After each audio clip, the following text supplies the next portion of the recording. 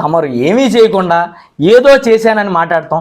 అలాగే పేరు నాని గారు ఇవి కాకుండా తమని కొన్ని క్వశ్చన్లు అడిగారు. ఏంటి, మీకు కమిషన్లు ఎక్కడెక్కడి నుంచి వస్తున్నాయి, అలాగే మన మెగా సంస్థ వాళ్ళతో ఈ బీచ్ ఫెస్టివల్ నెపంతో జనాలందరిని అటు తరలిచ్చి మార్కెట్లో మన బిల్డింగ్కి స్లాబ్ వేయించుకోవటం వాస్తవమా కాదా అని అడిగారు. దాని గురించి ఎక్కడ మాట్లాడలేదు. మరి ఎందుకు మాట్లాడలేదు సార్? లేదంటే మెగా వాళ్ళు కట్టలేదు, మెగా వాళ్ళతో కూర్చోబెట్టి వీళ్ళు మాకేం ఇవ్వలేదని చెప్పొచ్చు కదా సార్. చెప్పలేదు కదా తమరు. మరి అది ప్రూవ్ చేసుకోవాలి కదా. అయ్యేం మాట్లాడేది లేదు, ఏదో ఒకటి అనేయాలి. ఇంకోటి, తమరు మాట్లాడేది చాలా సభ్యతగా మాట్లాడడం నేర్చుకోండి. నాకంటే వయసులో పెద్దోళ్ళు, నాకు మీకంటే ఎక్కువ బూతులు వచ్చు సార్. కానీ మనం నాయకుడి స్థానంలో ఉంటున్నాం. జనాలకు ఒక ఎగ్జాంపుల్ అయ్యే దిశగా మనం మాట్లాడాలి. మీరు నోటికి వచ్చినట్టు, నీకంటే వయసులో పెద్ద ఆయన్ని, నా తండ్రిని నోటికి వచ్చినట్టు మీరు మాట్లాడటం జరిగింది. 5 నిమిషాలు మిమ్మల్ని మాట్లాడాలంటే ప్రెస్ ముందు.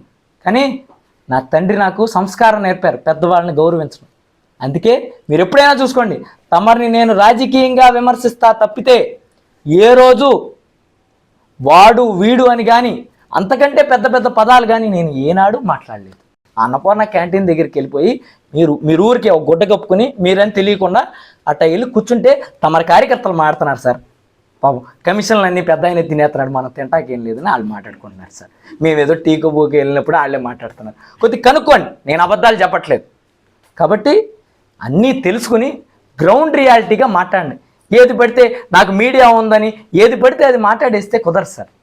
కాబట్టి ఆలోచించి మాట్లాడండి, సక్రమంగా మాట్లాడండి, దమ్ముగా రాజకీయం చేయండి.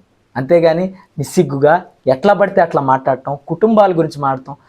మీ ఇంట్లో ఎన్ని జరిగినా కూడా నేను ఒక్కటి కూడా మీ ఇంటి గురించి మాట్లాడలేదు. ఎందుకంటే నా రాజకీయ ప్రత్యర్థి మీరు మాత్రమే. మీ ఇంట్లో మీ భార్య గారు కాదు, మీ అబ్బాయి గారు కాదు, మీ ఇంట్లో ఎవరూ కాదు. నా రాజకీయ ప్రత్యర్థి మీరు. మీ గురించి నేను మాట్లాడదలుచుకుంటే మీరు రాజకీయంలో చేసే తప్పుల గురించి, మీరు రాజకీయంలో చేసే అన్యాయాల గురించి నేను మాట్లాడాలి. అంతే తప్పితే ఇళ్ళ జోలికి, ఇంట్లో వాళ్ళని ఇబ్బంది పెడతానికి నేను వెళ్ళకూడదు. చేస్తే అది దమ్మైన రాజకీయం అనిపించుకోదని మీకు తెలియజేస్తున్నాను. చిన్నవాడినైనా మీకు మంచిగా రాజకీయం చేయండి, ఇద్దరం పోరాటం చేసుకుందాం. అంతేగాని ఇలాంటి రాజకీయాలు మీరు చేస్తే మాకు కూడా కుర్రోళం సార్, మేము కూడా పేషెన్స్ ఎక్కడొక్కడ సన్నగిల్లుతూ ఉంటుంది. సన్నగిల్లినప్పుడు మళ్ళీ ఇబ్బంది పడే పరిస్థితి మీకు వస్తుంది. ఎందుకు మంచిగానే రాజకీయం చేద్దాం, ప్రజలకు మంచి చేద్దాం. మీరు మీ పాత్ర మీరు పోషించండి. ఇదేమన్నా తప్పులుంటే మేము ఎత్తి చూపుతాం. ఎవరు అధికారంలో ఉన్నా బందరం మంచి కోసం చేసుకుందాం. మంచి శైలిలో రాజకీయాలు చేయండి అని కొల్లు రవీంద్ర గారికి తెలియజేస్తూ సెలవు.